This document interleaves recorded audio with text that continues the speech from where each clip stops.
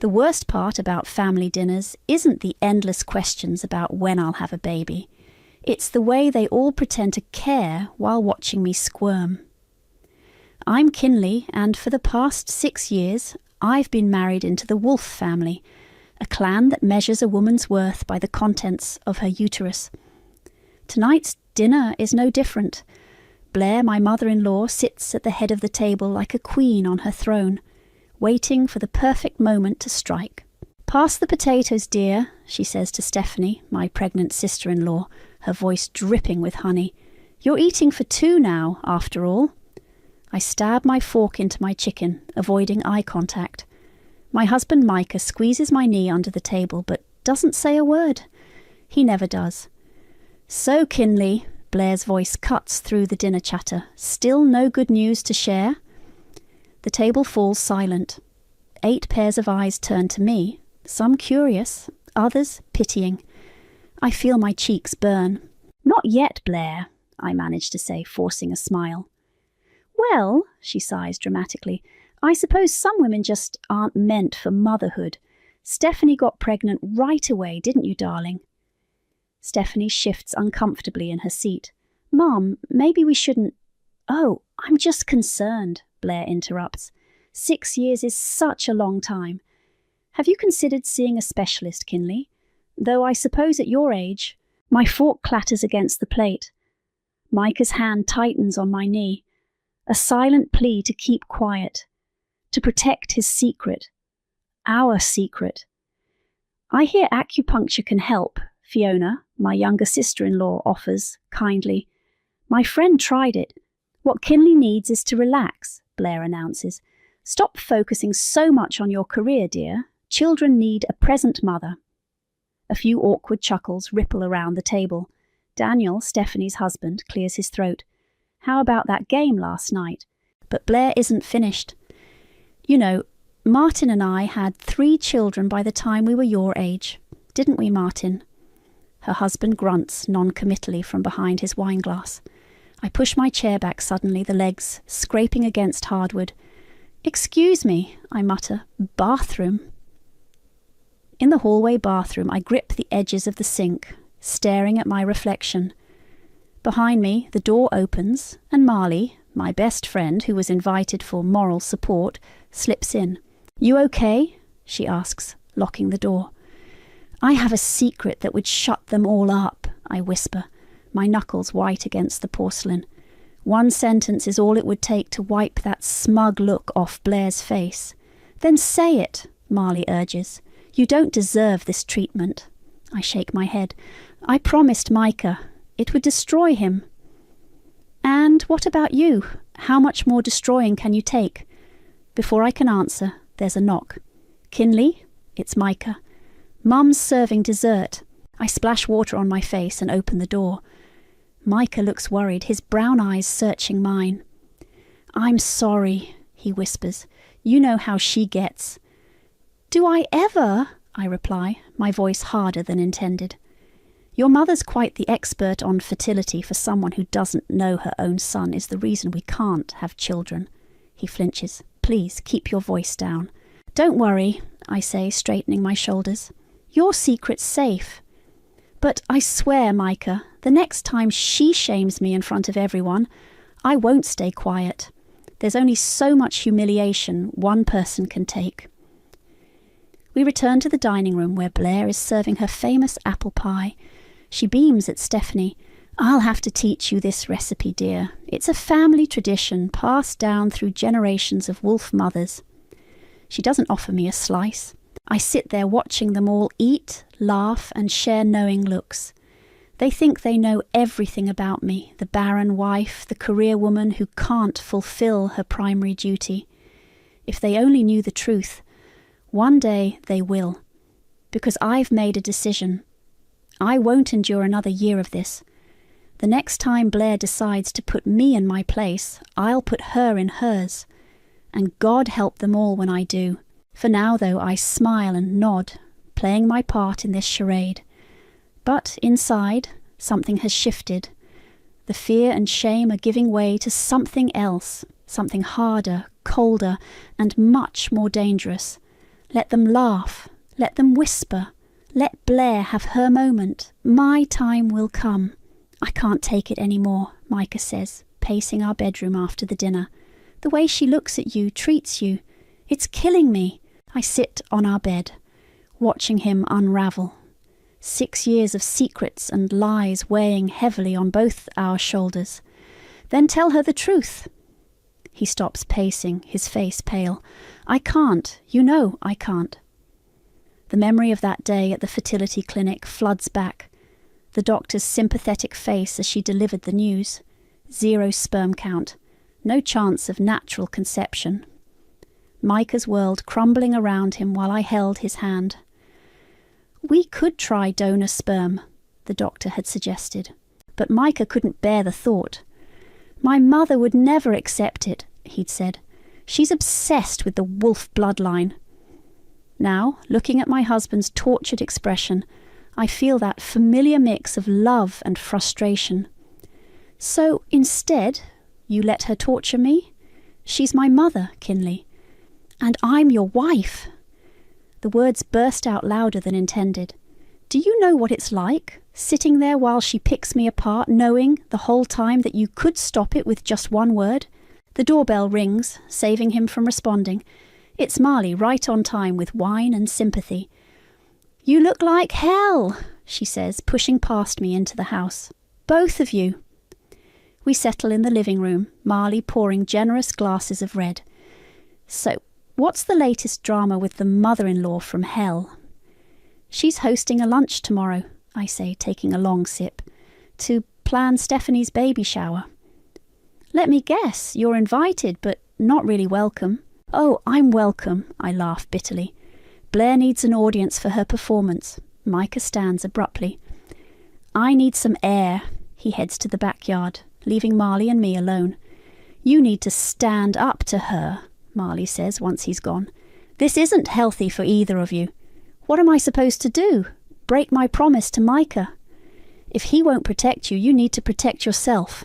The next day, I arrive at Blair's house for lunch. Stephanie's already there, surrounded by paint swatches and Pinterest printouts. Oh, good, you came, Blair says, as if surprised. We're choosing colours for the nursery. Stephanie has such wonderful taste. Must run in the family. I bite my tongue and sit down.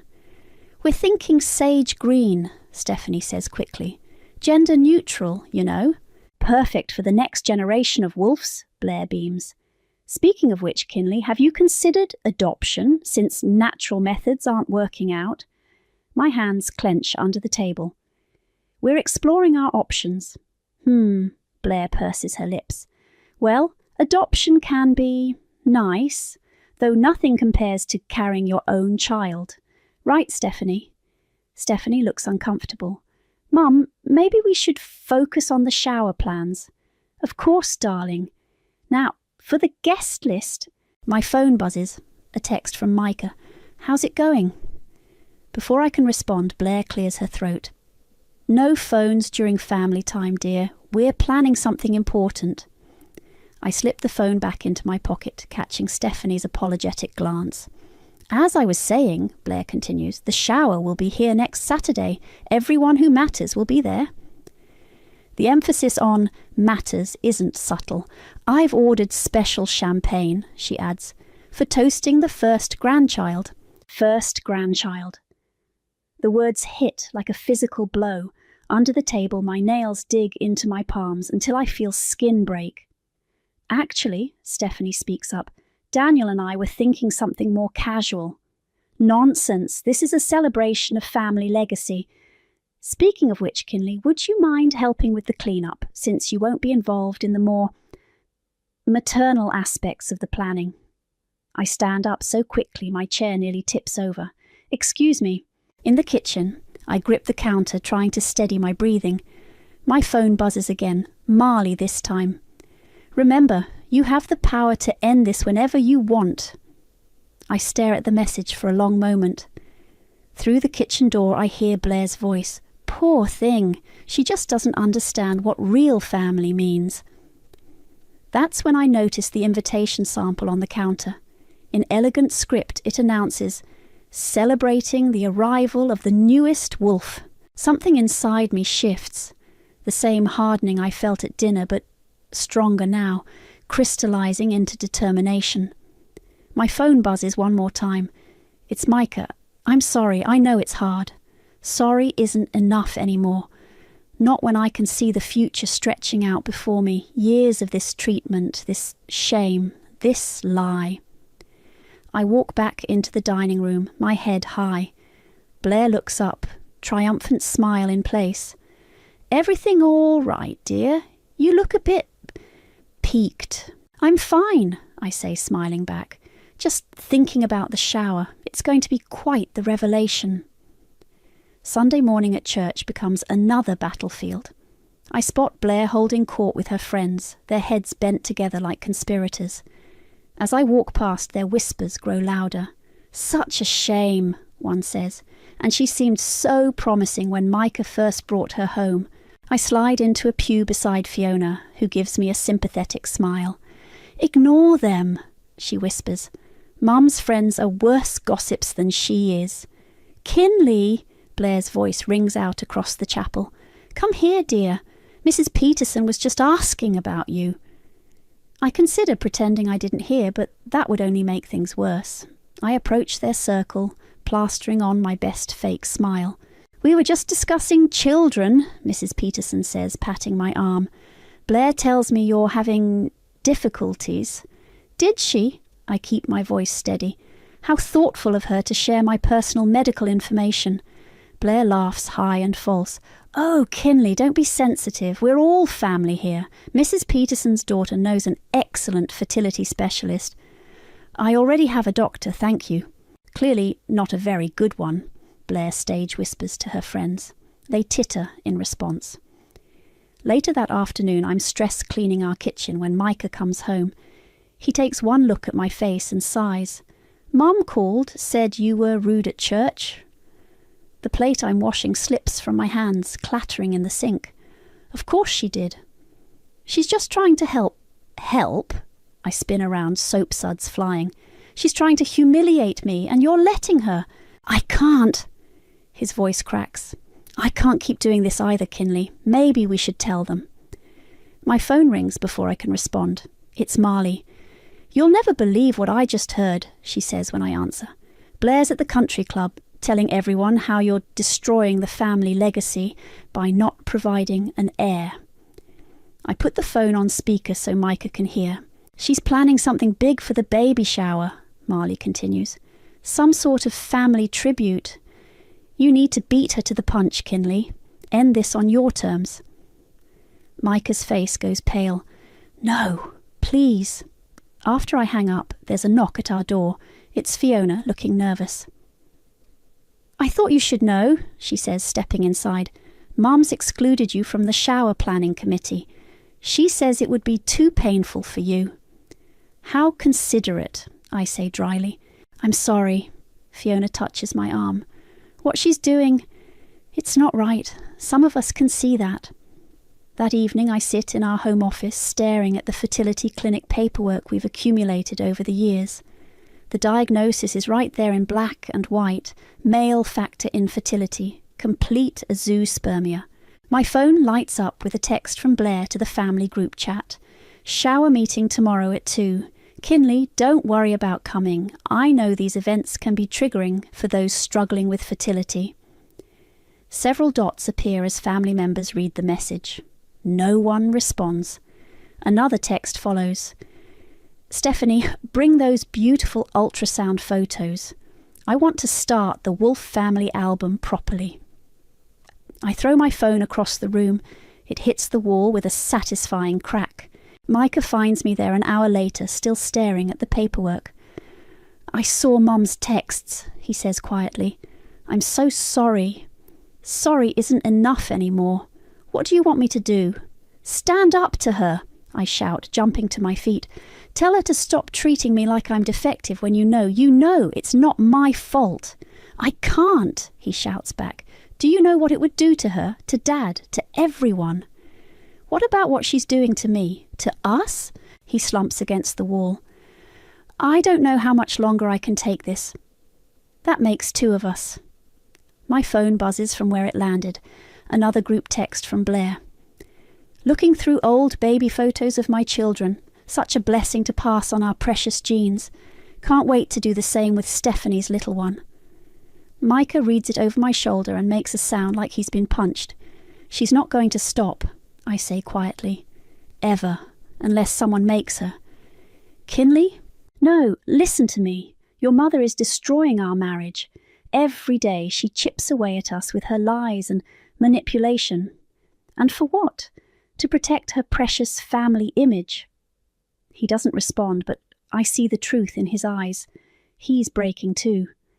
I pick up my cracked phone and text Marley. You're right, it's time to end this. Help me plan something for the shower. Her response is immediate. Finally, don't worry, we'll make it spectacular. I look at Micah, still leaning against the wall. Last chance, either you tell her or I will. He closes his eyes, tears sliding down his cheeks. I can't. Then I'm sorry, I say, and I mean it. But I can't keep quiet anymore. The die is cast. In less than a week, Blair's perfect world will shatter and I'll be the one holding the hammer.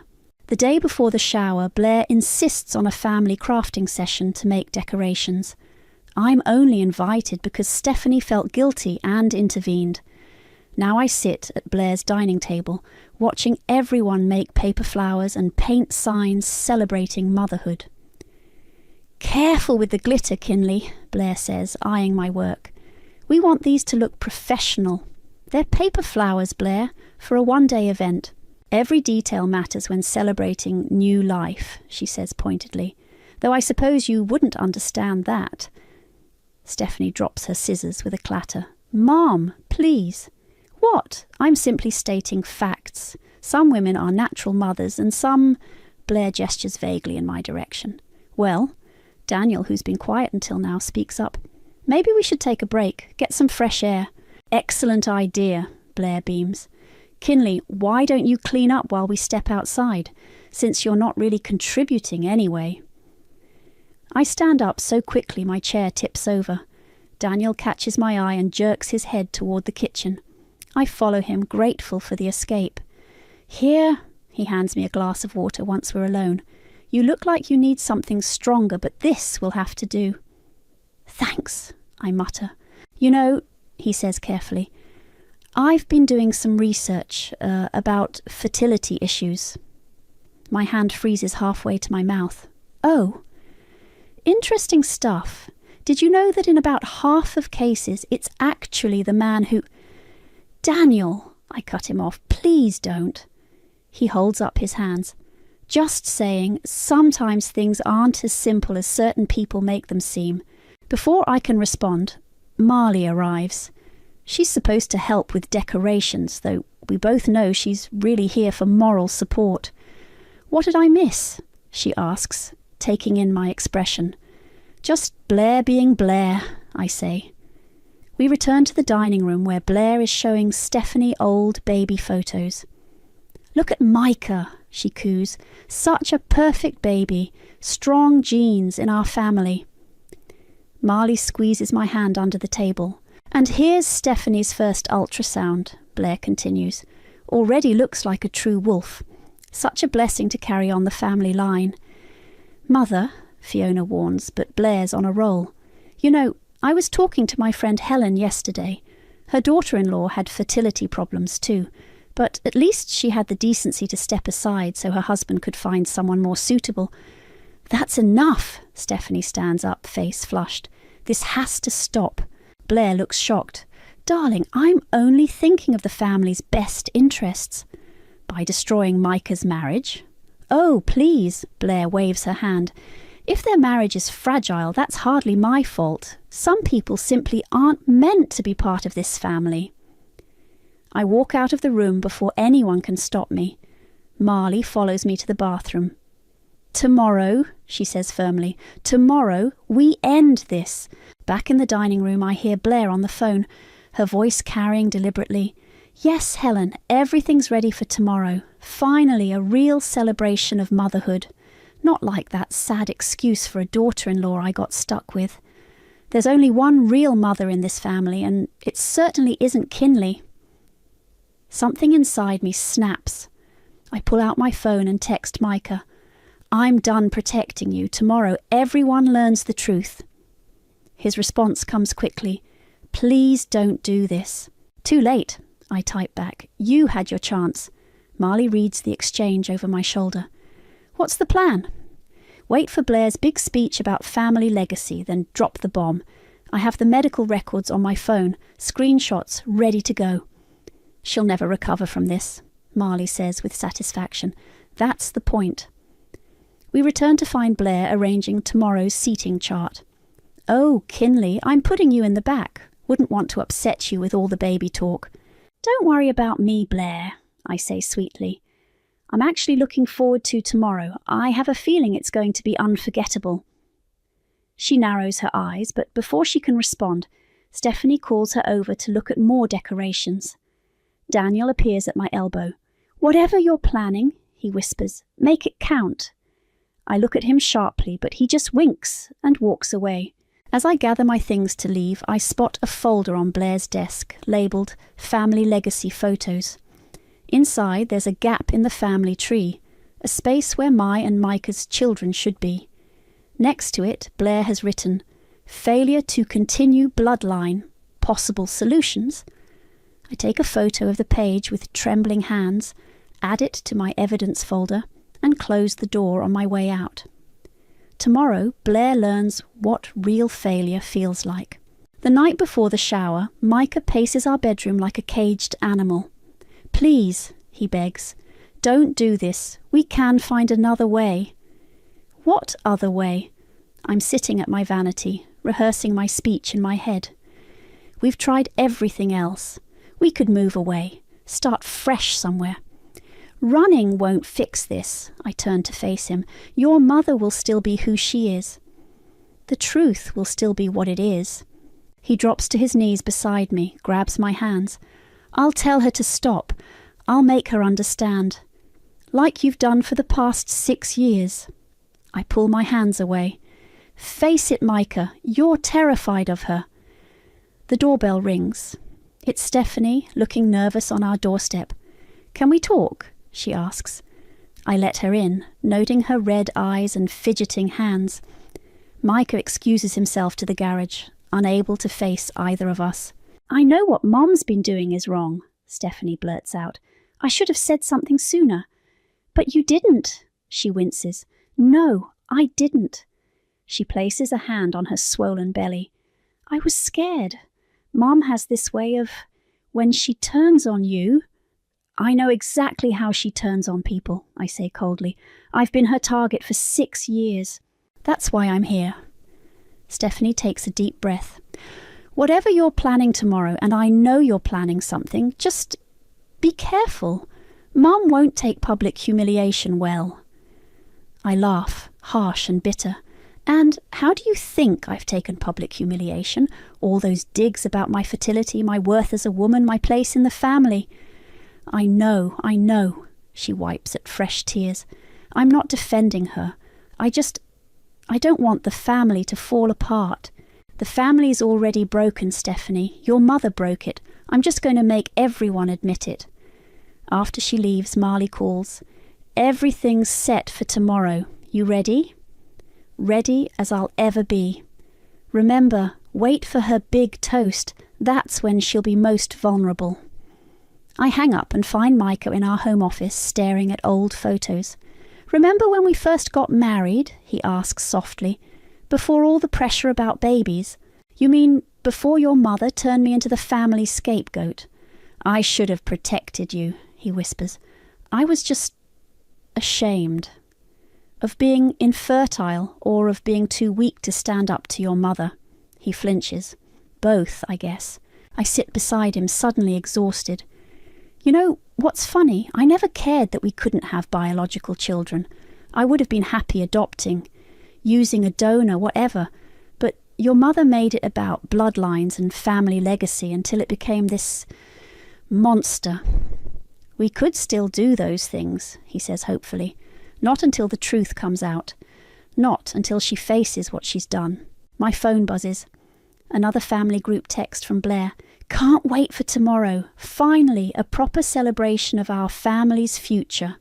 Some people may find it difficult, but real wolves understand the importance of legacy. Micah reads it and puts his head in his hands. She's never going to stop, is she? No, I say quietly. She's not. I go to bed early, but sleep doesn't come. Around midnight, I hear Micah crying in the bathroom, trying to muffle the sound. I don't go to him. I can't be his comfort anymore, not when I need all my strength for tomorrow. Dawn breaks and I start getting ready. I choose my outfit carefully, an elegant blue dress that makes me look confident, untouchable. I download the medical records to my phone one more time just to be sure. Micah watches me from the bed. Once you do this, he says, there's no going back. I know. Mum will never forgive you. Good. I apply my lipstick with steady hands, because I'll never forgive her either. The morning sun streams through our windows as I finish getting ready.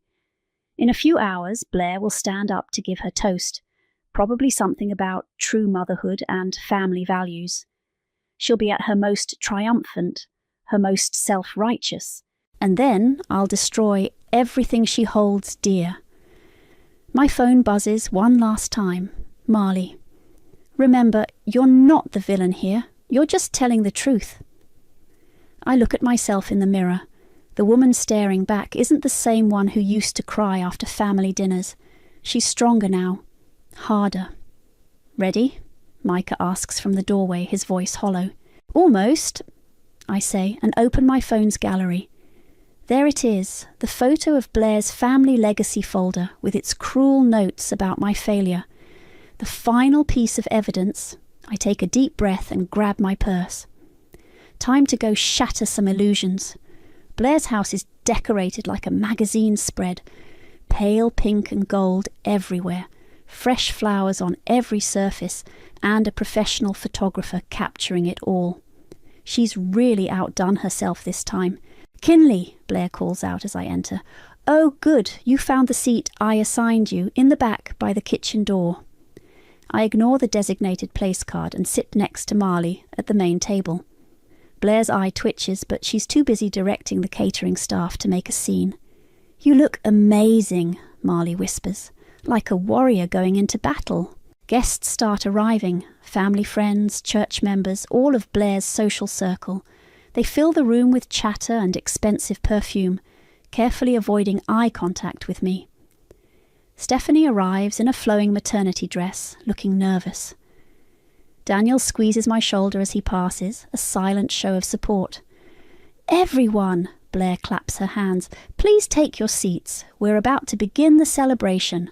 I feel Micah tense beside me as his mother takes centre stage, champagne flute in hand.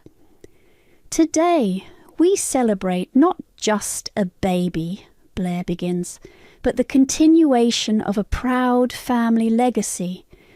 The Wolf bloodline has always been distinguished by strength, excellence, and, most importantly, fertility. A few awkward chuckles from the crowd. Blair's smile grows sharper. When I had my 3 beautiful children, I knew they would carry on our family traditions. And now my darling Stephanie is proving herself a true wolf woman. Stephanie shifts uncomfortably in her seat. Of course, Blair continues, her eyes finding me, some people struggle with the responsibilities of carrying on a family name. It's not their fault, really. Not everyone is blessed with proper capabilities. Marley's hand finds mine under the table as Blair raises her glass higher. But today isn't about disappointments. Today is about success. About my first grandchild who will carry our pure bloodline into the next generation. The room fills with polite applause. Blair basks in it, adding, and who knows, maybe seeing a real mother in the family will inspire others to try harder. That's it. That's my cue. I stand up, my own champagne glass in hand. The room falls silent. You're right, Blair, I say, my voice carrying clearly across the stunned room. Today is about truth and family legacy. Blair's smile freezes. Kinley, dear, I don't think... In fact, I continue, I have an announcement of my own to make. Sit down, Blair hisses. This is Stephanie's day. Oh, but this concerns Stephanie too. It concerns everyone who's ever wondered why Micah and I don't have children. Micah grabs my wrist. Please, he whispers. I gently pull away. I've kept quiet for 6 years. Endured your cruelty, your public humiliation, your constant implications that I'm somehow defective. The room is dead silent now. Even the photographer has stopped clicking. But you see, Blair, I've been protecting a secret, one that would shatter your precious illusions about bloodlines and legacy. That's enough! Blair slams her glass down. No, it's not nearly enough. I pull out my phone. Would you like to see Micah's medical records? The ones that prove he's completely infertile, that your precious wolf bloodline stops with him? The glass slips from Blair's hand, shattering on the hardwood floor. Several guests gasp. You're lying, Blair whispers. Am I? Shall I pass around the doctor's report, the one that says your son has 0 sperm count, that there's no chance, 0% of him ever fathering a child? Stephanie's hands fly to her mouth. Daniel wraps an arm around her shoulders. Or maybe, I continue, my voice growing stronger, you'd like to see the folder I found yesterday? The one where you wrote about my failure to continue the bloodline? Blair's face has gone ghost white. She turns to Micah. Tell them she's lying. Tell them.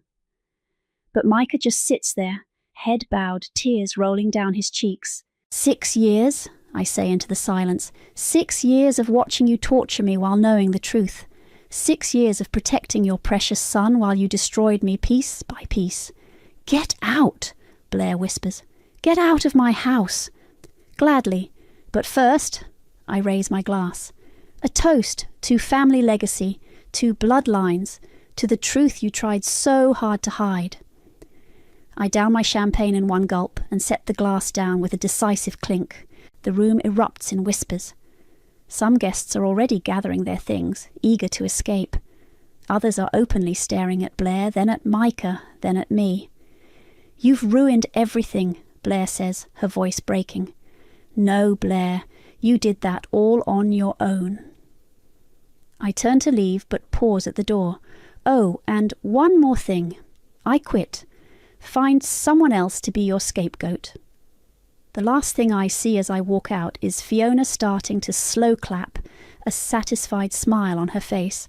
I make it halfway down Blair's driveway before the screaming starts. How dare you? Blair's voice rings out behind me. How dare you humiliate my son like this? I turn to face her, aware of party guests crowding the windows to watch. Your son! What about what you did to me? I was protecting our family name. By destroying mine. Marley appears at my side, car keys in hand. Let's go. No. Blair steps closer, mascara running down her cheeks. You don't get to walk away from this. You promised Micah you'd keep his secret. And you promised to love me like a daughter, I shoot back. Funny how promises work.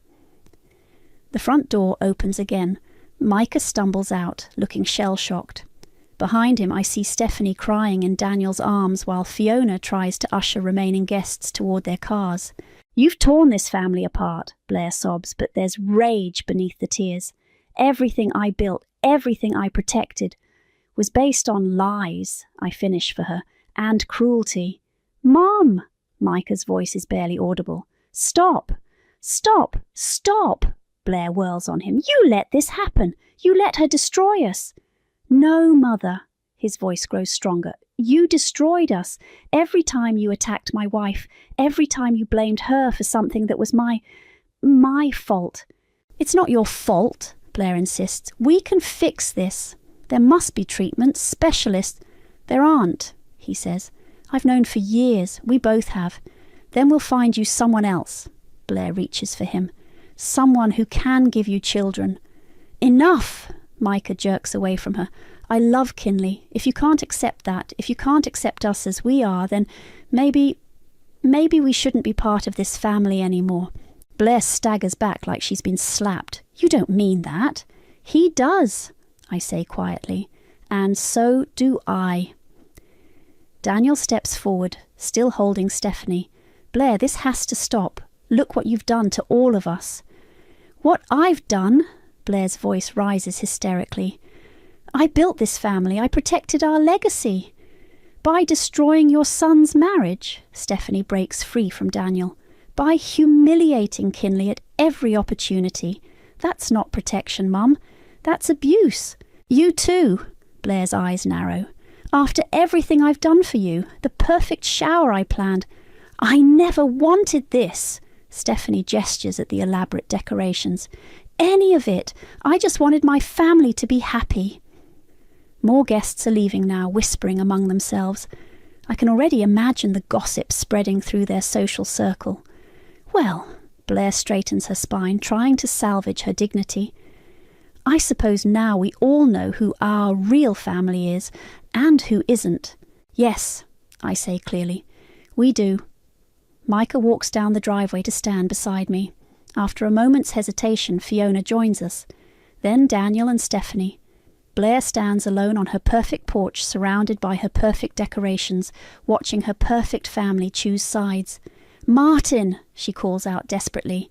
Martin, come out here and talk sense into your children. But Martin appears in the doorway only to shake his head sadly. No, Blair, I think you've done enough talking for all of us. She crumples then, all her carefully maintained control shattering like her champagne glass. Kinley, Micah touches my arm. Let's go home. Home sounds good, I say, but turn back one last time. Blair. She looks up, mascara-stained face full of hatred. I kept your secret for 6 years because I loved your son more than I loved myself. But I don't love you anymore. I'm not afraid of you anymore. And I will never, ever let you hurt me again. You'll regret this, she hisses. All of you will regret this. But her words have lost their power. I can see it in the way Stephanie straightens her shoulders, in how Fiona rolls her eyes, in Micah's steady grip on my hand. No, I say simply, we won't. We leave Blair standing there, her perfect world in pieces around her feet. Marley drives us home in silence, but as we pull into our driveway, Micah starts to laugh. What's funny? I ask. I just realised she'll have to explain this to everyone at church tomorrow. Good, Marley says fiercely. Let her try to spin this one. Inside our house, Micah pulls me close. I'm sorry, he whispers, for everything, for not being strong enough sooner. You're strong enough now, I tell him. That's what matters. My phone buzzes, messages flooding in from family members. Stephanie, I'm so sorry. I should have stood up to her years ago. Fiona, that was amazing. Daniel, about damn time someone said it. And one from Martin that makes me catch my breath. Thank you for loving my son enough to tell the truth. Maybe now we can all start healing. Blair's perfect world is gone, but maybe, just maybe, we can build something better from the ruins. Something real. The doorbell rings during breakfast. Micah and I exchange glances. We haven't had many visitors since the shower incident. It's just me, Fiona calls through the door, and Stephanie and Daniel. I open the door to find them holding casserole dishes and wine bottles. Family dinner, Stephanie explains. The new kind, without the drama.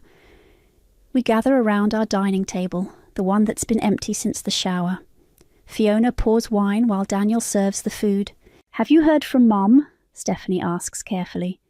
She's been busy, Fiona snorts, writing lengthy Facebook posts about the importance of family loyalty, while simultaneously disowning half the family, Daniel adds. Micah stares at his plate.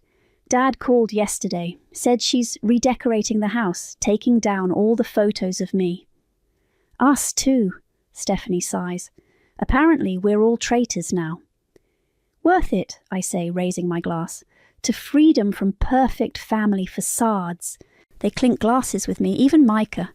He's different now, lighter somehow, despite everything we've lost. The doorbell rings again. This time it's Martin, looking uncomfortable but determined. "Hope I'm not interrupting," he says. "I brought pie." Micah stands frozen. "Dad?" "Your mother's at her sister's," Martin explains. I thought it was time I chose a side too." He sets the pie on the table and pulls out his phone. "Look what I found in the attic yesterday. It's an old photo of Micah as a child crying because he couldn't catch a baseball. Blair isn't in the picture. She was probably too embarrassed by his failure." "You know what I remember about that day?" Martin asks. "How you got back up and tried again. Not because you were naturally good at it, but because you were brave enough to fail in front of people." Micah's eyes fill with tears. "Dad, I should have been braver too," Martin says. "Should have stopped your mother years ago, but I'm here now." The doorbell rings a third time. We all tense, half expecting Blair, but it's Marley. "Sorry I'm late," she says. "Had to pick something up." She hands Micah and me an envelope.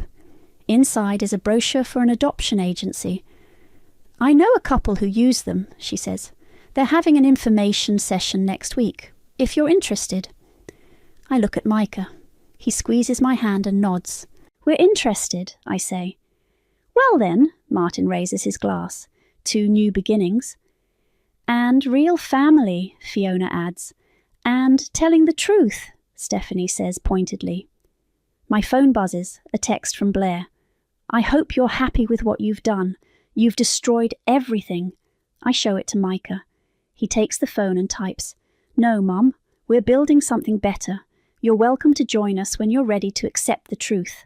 He hits send before I can stop him. "There," he says. "No more hiding."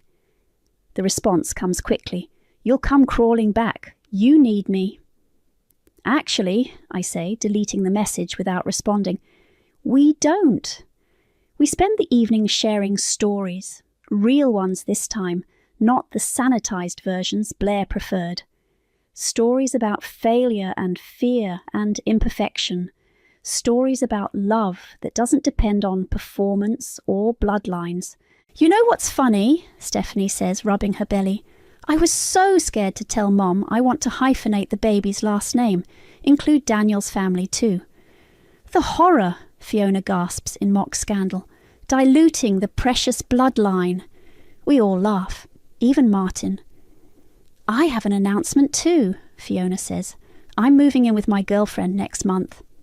"Does Mom know?" Micah asks. "Nope, but I'm done hiding too."